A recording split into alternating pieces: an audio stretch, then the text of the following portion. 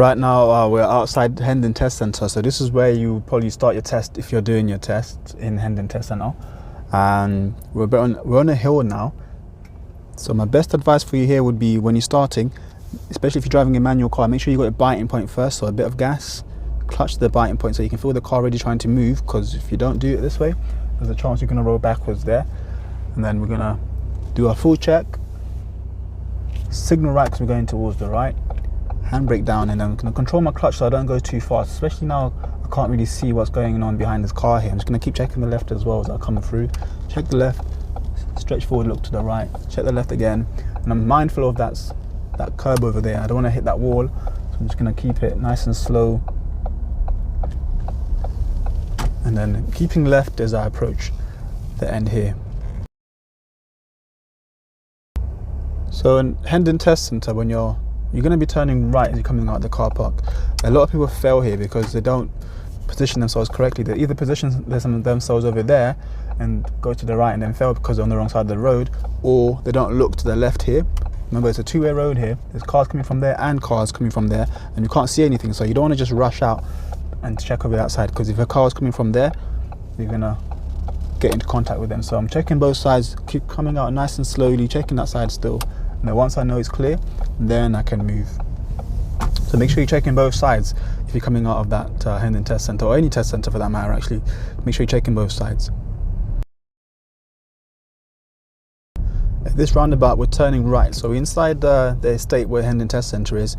And for some reason a lot of learners think they can just cut across without going round. It's a roundabout, so there's a little sign there as well telling us we need to go this way. So we're going to go towards the left first, make sure our signal stays on, going round the roundabout, and because it's not a mini one, I'm going to signal left to come off as well. So I'm going to check my left mirror, and then we're off. Remember, it's quite busy here as well, so you don't want to be coming off here fast or rushing down here. A lot of pedestrians walk around here, cars reversing in and out of these car parking spaces, so just take your time.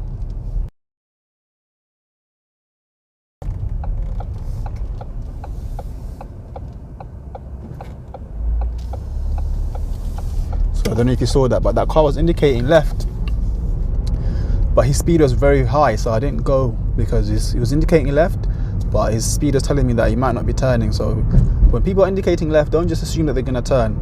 Look at their speed as well, and if they're going really fast, there's a strong chance that they're not turning there, so just wait until they are out of the way.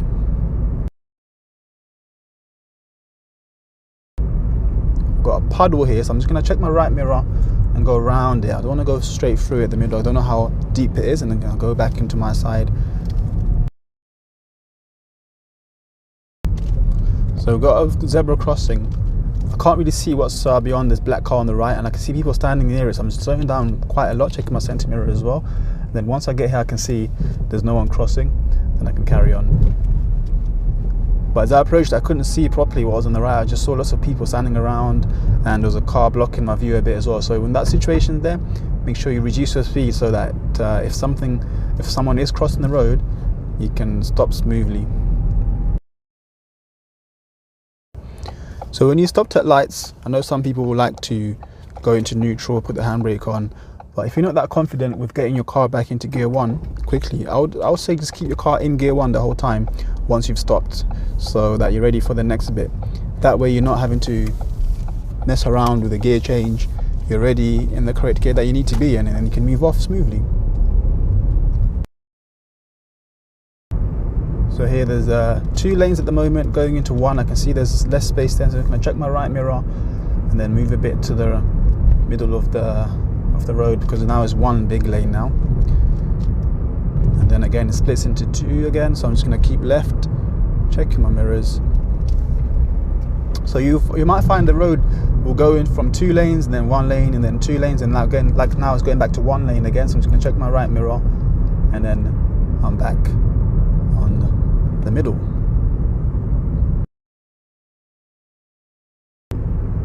I see there's a car a bit in my way here, so I'm reducing my speed.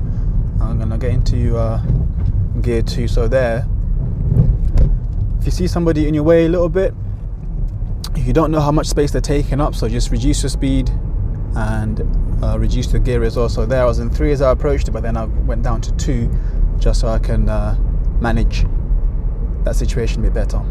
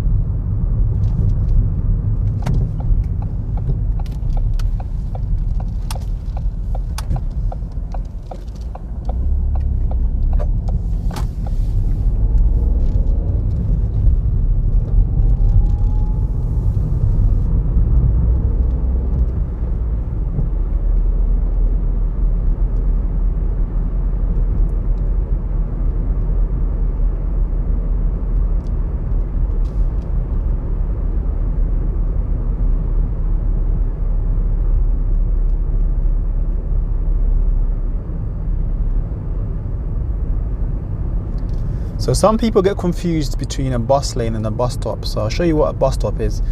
The bus stop, oh, this one's not clear actually. I'll do another one.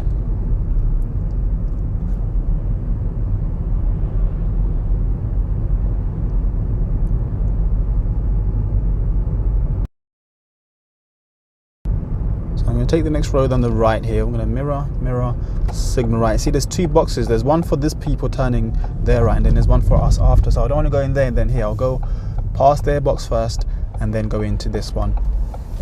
This car just gave me a flash so I can go. Thank you. So when you're waiting there, you want to keep an eye on the cars that are coming down, because some of them will slow down a bit and give you a little flash or give you a little hand signal. So you want to be focusing on them before you make your turn. I'm going to turn right again. I can see here there's a box for turning right up there, and there's not much space for two cars here, so I'll wait for this guy to turn first. There's another car coming down, but he's stopped. So yeah, if you don't see enough space there, like there wasn't enough space for me to turn while that car was there, just wait for him. Even though we got priority, we had nowhere to go until that guy came out. I think that guy beat me from behind, but remember, people beat sometimes. Don't listen to them, because there's nowhere for me to go. So I had to wait for him to move out the way first. I didn't know which way he was going because he had no signal on. So he could have been going right like he was. So that's why I just waited. So a lot of people don't understand the difference between a bus lane and a bus stop. So this one here, you can see it says bus stop. It's got a yellow writing on it. It's got yellow lines on the edge as well. And you can drive through here anytime. You don't need to like worry about the times on it.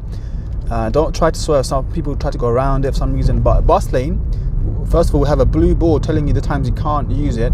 And then it's going to have the thick white line on the edge showing you that you're coming out to a bus lane, and a thick border on the side of it as well. So a thick white border shows you it's a bus lane. Right now we can go in it because it's 3 o'clock, or it's 20 past 3 almost, and the board said 7 till 10 in the morning you can't use it, and then again between 4 and 7 in the evening you can't use it. So we've got another 40 minutes or so until we can't use it again.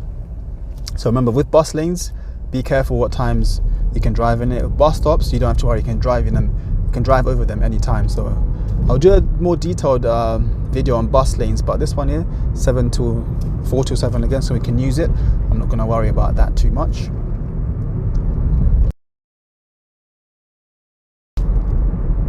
When you're on a 2-lane road like this, don't drive in the right lane for no reason. So like right now it's nice and clear, there's nothing in the way. You need to be driving in the left lane. The right lane's for overtaking. So unless there's like stationary traffic here or slow moving traffic, you should really be in the left.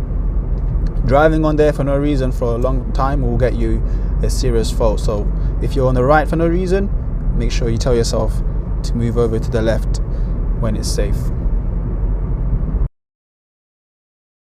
And this bus is going pretty slow as well, so I'm just gonna add a bit more gas and go past him. So So normally I'd go back to the left now, because remember we want to drive in the left, but I'm turning right at the next traffic lights. So I'm just going to stick to this lane. There's no point me going there and then coming back here straight away. So I'm just going to check my mirrors, signal right.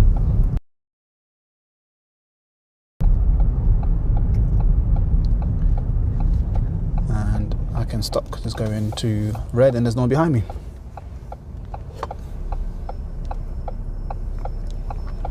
So as I approached that light, I was keeping an eye on that light, make sure that it stays green, and I was ready to stop. So I was slowing down a bit as I was approaching, because I want to turn anyway, so I don't want to go in there too fast.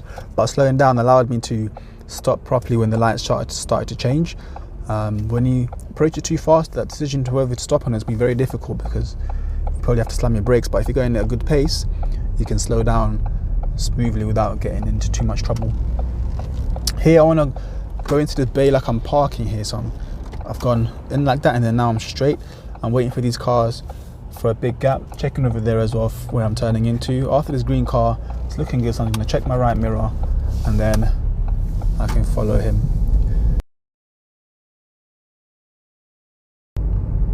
So this sort of crossing here, where these people are, see, it's not a zebra crossing, so I don't have to stop for them, but I'm keeping an eye on them. I've got my foot over the brake and I'm going to check the right. So as I approached it, I saw that they were waiting in the middle, but it's not a zebra crossing, so I didn't have to stop for them. But I had my foot just over the brake in case they were silly enough to cross, but they weren't, so I could just carry on at a nice pace. But you don't need to stop there. Be ready to stop, but just having your foot over the brake just in case they decide to cross.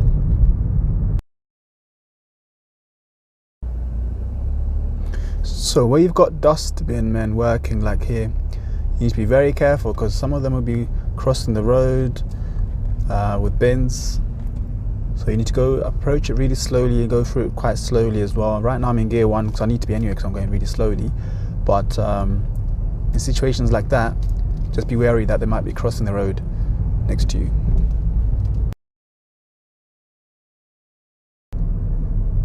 Turning left at the end, so mirror. So here I want to make sure I position myself correctly. So I'm going towards the left side of this junction. So I'm aiming towards the left, then I can check the right. So I don't want to be over here and then turn. I need to be towards the direction I'm going in, so that if there was a car from behind that wants to go straight or turn right, if it's big enough, they can use the side on the right next to me. So I don't want to use up the whole junction just for turning left.